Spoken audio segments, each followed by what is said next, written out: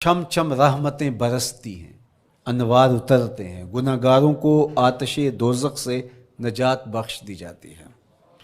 تو اس کا استقبال کرنا، اس کے لیے انتظار کرنا، گن گن کے دن گزارنا، لمحے اور ساعتیں بسر کرتے ہوئے بار بار ماہ سیام کا ذکر کرنا، یہ اس مہینے کے ساتھ محبت کی دلیل ہے، اور اس مہینے کے ساتھ محبت اللہ سے محبت کی دلیل ہے۔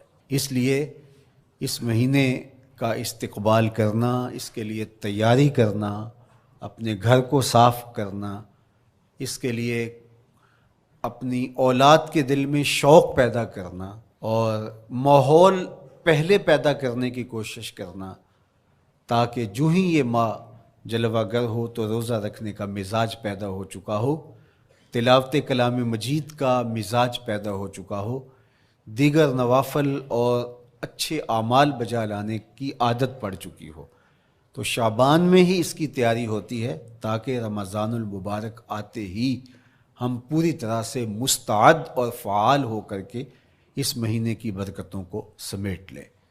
اللہ کے محبوب علیہ السلام نے ارشاد فرمایا کہ جب ماہ سیام آتا ہے فتحت ابواب الجنہ، تو جنت کے 8 دروازے کھول دیے جاتے ہیں، اور جنت کے 8 دروازوں میں سے ایک دروازے کا نام باب الریان رکھا گیا ہے، جو صرف روزہ داروں کے اعزاز و تکریم کے لیے ہے۔ روزہ دار اس دروازے سے گزر کے جنت جانے۔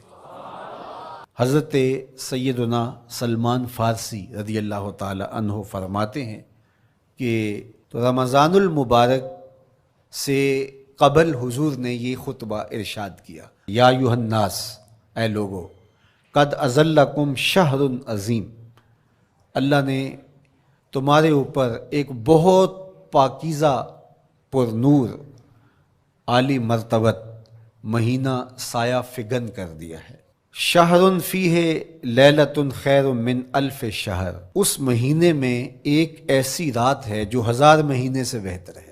جعل اللہ صیامہ فریدہ و قیام لیلۃ تطوع، اس مہینے کے دن کے روزے فرض قرار دیے گئے اور راتوں کا قیام نفل بنایا گیا۔ ومن تقرب فیہ بخصلۃ من الخیر کان کمن ادى فریدۃ فیما سواہ، ایک نفل کا ثواب ایک فرض کے برابر اس مہینے میں کر دیا جاتا ہے۔ ومن ادى فریدۃ کان کمن ادى 70 فریدۃ فیما سواہ، اور اگر کوئی ایک فرض ادا کرتا ہے تو اس کو 70 فرائض کا ثواب ملتا ہے۔ وہو شہر الصبر، یہ مہینہ صبر سے کھاتا ہے، ہونے کے باوجود بھی انسان تناول نہیں کرتا۔ ٹھنڈا میٹھا مشروب میسر ہے اور زبان کانٹا بن گئی، حلق خشک ہو گیا، لیکن اس کے باوجود بھی ایک گھونٹ حلق سے نیچے اتارنے کا روادار نہیں ہوتا، تو یہ صبر کی عادت ڈالتا ہے۔ اور سنو، صبر کا ثواب جنت ہے۔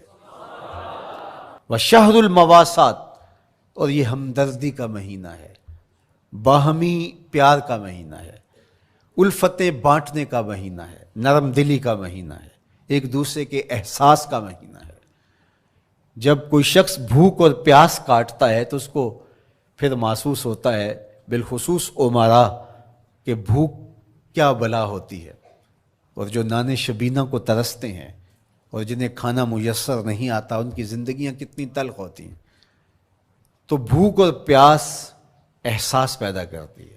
وَشَهْرٌ يُزَادُ فِيهِ رِزْقُ الْمُؤْمِنِ، اور یہ ایسا مبارک مہینہ ہے جس میں مومن کا رزق بڑھا دیا جاتا ہے۔ غرباء تک بھی اللہ کی نعمتیں وہ پہنچتی ہیں جو عام دنوں میں ان کو میسر نہیں ہوتی، اور امراء بھی نعمتوں کا لطف لیتے ہیں، اس لیے کہ بھوک کاٹنے کے بعد جب ان کو نعمت میسر آتی ہے تو پھر انہیں احساس ہوتا ہے۔ وَمَنْ فَطَّرَ فِيهِ صَائِمًا كَانَ مَغْفِرَةً لِذُنُوبِهِ، جس نے روزہ دار کا روزہ افطار کروایا، یہ افطاری گناہوں کی مغفرت اور آتش دوزخ سے گردن کی آزادی کا مجدہ جاں فضا بن جائے گا۔ وَقَانَ لَهُ مِثْلُ أَجْرِهِ مِنْ غَيْرِ أَنْ يَنْقُصَ مِنْ أَجْرِهِ شَيْءٌ، اور روزہ افطار کروانے والے کو روزہ رکھنے والے جتنا اجر ہی دیا جائے گا، لیکن روزہ رکھنے والے کے اجر میں بھی کوئی کمی نہیں واقع ہوگی۔ تو صحابہ کا تو دل تڑپنے لگا کہ یہ کتنی بڑی بات ہے. انہوں نے کہا اے اللہ کے پیارے رسول صلی اللہ علیہ وسلم، ہم میں سے تو ہر بندہ یہ طاقت نہیں رکھتا کہ روزہ دار کو روزہ افطار کروا دے، تو یہ تو پھر اہل زر ہی یہ سعادت حاصل کر پاتے ہیں. حضور نے ارشاد فرمایا یؤتی اللہ ھذا الثواب، یہ ثواب اللہ اسے شخص کو بھی عطا کرے گا. من فطر صائما علی مذقۃ لبن او تمرۃ او شربۃ من ماء، جس نے کسی کا روزہ ایک گھونٹ دودھ سے کھلوا دیا یا ایک کھجور سے کھلوا دیا یا پانی کے ایک گھونٹ سے اس کا روزہ افطار کروا دیا. ومن اشبع صائما، اور جس نے صحیح اہتمام کے ساتھ روزے دار کو اچھا کھانا کھلایا، اچھی پرتکلف افطاری دی، سقاہ اللہ من الحوض شربتا لا یظمأ حتی یدخل الجنہ، اس کو حوض کوثر سے ایسا جام ملے گا 50,000 سال کے دن میں اس کو دوبارہ پیاس نہیں لگے گی، یہاں تک کہ جنت میں چلا جائے گا.